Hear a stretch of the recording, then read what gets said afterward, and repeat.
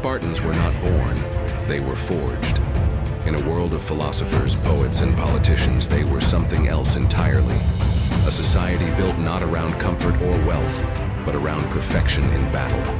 Cold, disciplined, and terrifyingly effective, the Spartans became the deadliest warriors of the ancient world.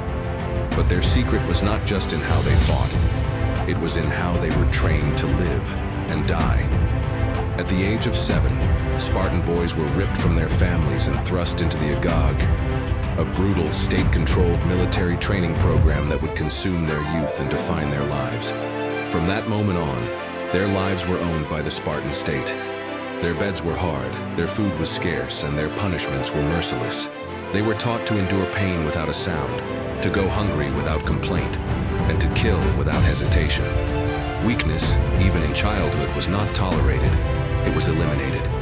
Every scar was a lesson, every failure, a punishment.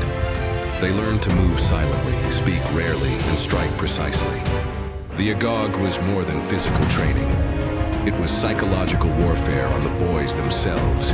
They were starved to train their bodies and minds for deprivation, encouraged to steal to hone stealth and resourcefulness, and punished if caught to sharpen their cunning. Loyalty to the group was everything. Cowards were shunned, even by their own families. Courage, obedience, and silence became second nature. By their late teens, they were already dangerous. By 20, they were lethal. When they completed their training, these young warriors entered the Spartan army, a full-time, professional fighting force unmatched in the ancient world. Unlike the citizen soldiers of Athens or Thebes, who farmed and fought part-time, Spartan men were soldiers from youth until the age of 60.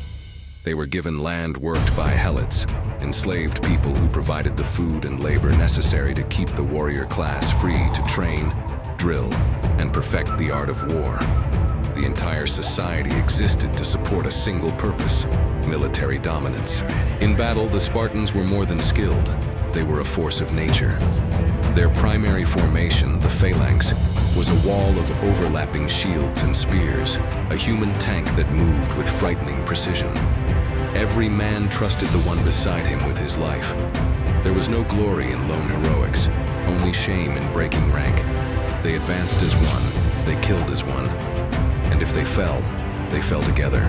The true terror of the Spartans came not from their weapons or armor, but from the totality of their discipline.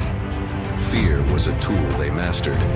Even their enemies, vast Persian armies, rebellious Greek city-states, and foreign kings, told stories of Spartan bravery and resilience. At Thermopylae, 300 Spartans stood against a force of tens of thousands, holding a mountain pass, not with numbers, but with unshakable resolve. Though they died, their legend became immortal.